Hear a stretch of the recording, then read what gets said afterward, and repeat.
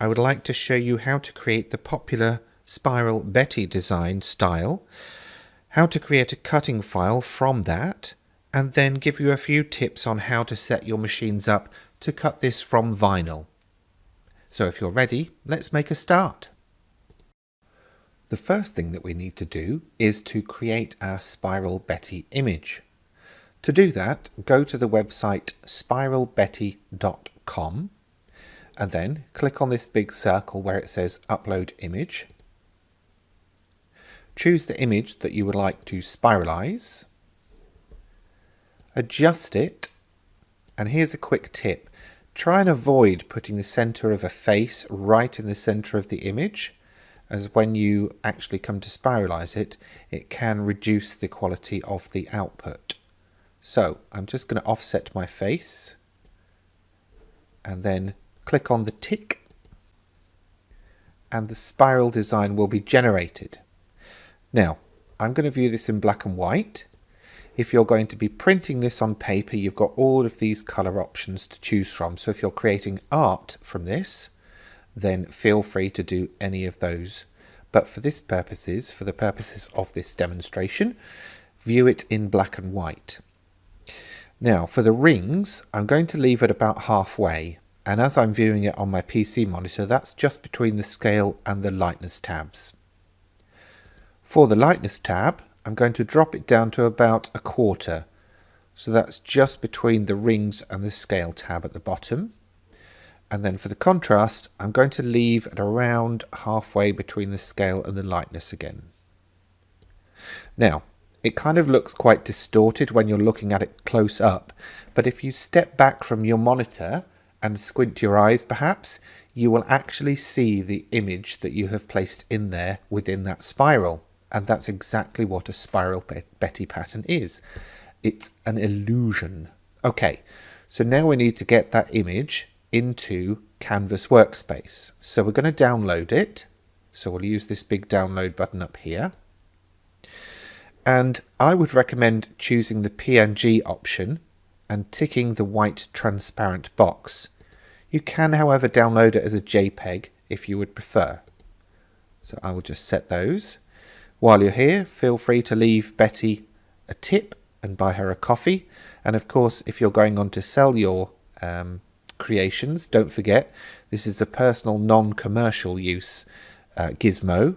So if you'd like some kind of commercial use, then please feel free to get in touch with Spiral Betty. But for us, we're just doing this for fun, for ourselves. So we click download and then download our image. Next, we're going to head over to Canvas Workspace. I will show you both the online version and the installed version. Let me just get rid of that message bar at the bottom. Okay, so first the online version. So we would go to canvasworkspace.brother.com in our browser. Then we would click on Image Tracing. I've got the Enhanced Tracing pack enabled, but I'm going to do this via normal tracing so that if you don't have that, you can still do this. I'm going to choose my file. So wherever you downloaded or saved it or moved it to, you would load through Choose File. Select Outline, set the maximum number of colors to 2, and then click on Preview. If your image is compatible, then basically you will have the blue turquoise outline around all of it. If you've got patches that haven't been picked up, then it's too thin and you'll need to go back to the Spiral Betty website and make some adjustments and then bring that new image back. Mine's fine though, so I'm going to click OK. And when it comes up with the "Do you want to paste the selected image" message box up, I'm going to click No. This will then load the cutting outline into Canvas Workspace. Now, as you can see, it is too big for our cutting mat, so we will select it. We'll go to the Properties box. We'll make sure Maintain Aspect Ratio Lock is turned on, and we're going to drop that down to 11.5 inches. That's about the maximum cutting size that you will get on a 12 by 12 cutting mat for this type of pattern. We'll make sure that it's inside the red cutting area. Obviously, if you get the message saying it isn't, then you need to make some adjustments.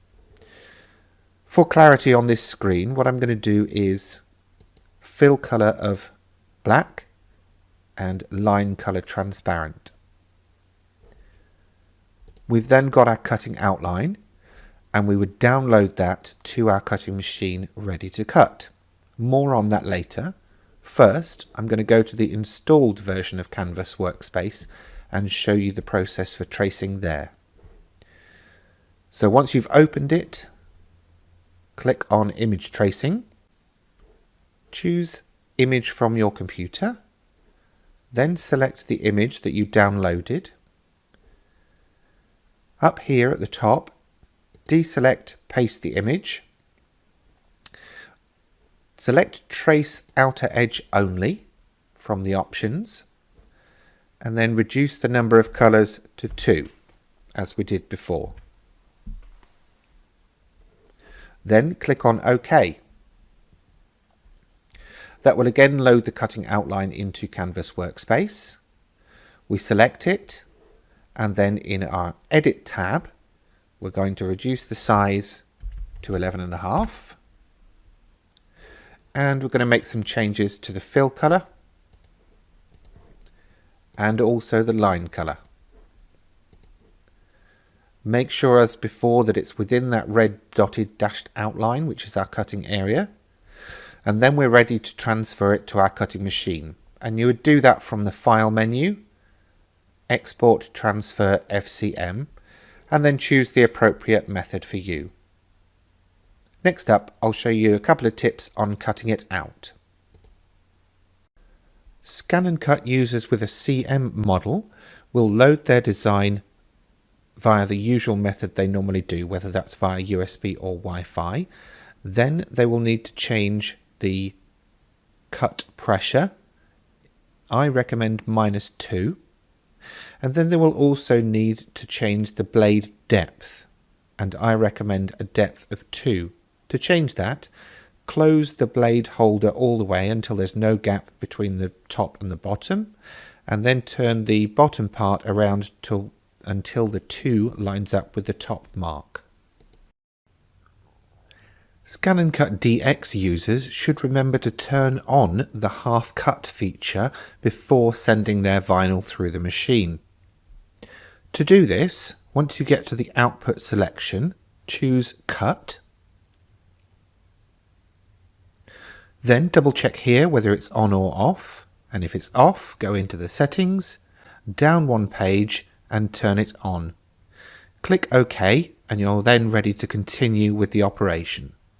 Use a sharp standard auto blade, or alternatively the newer vinyl cutting blade.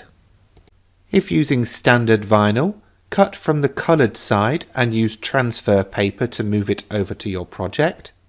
And if using heat transfer vinyl, remember to cut it from the back and weed out the parts you don't want before placing it onto your garment.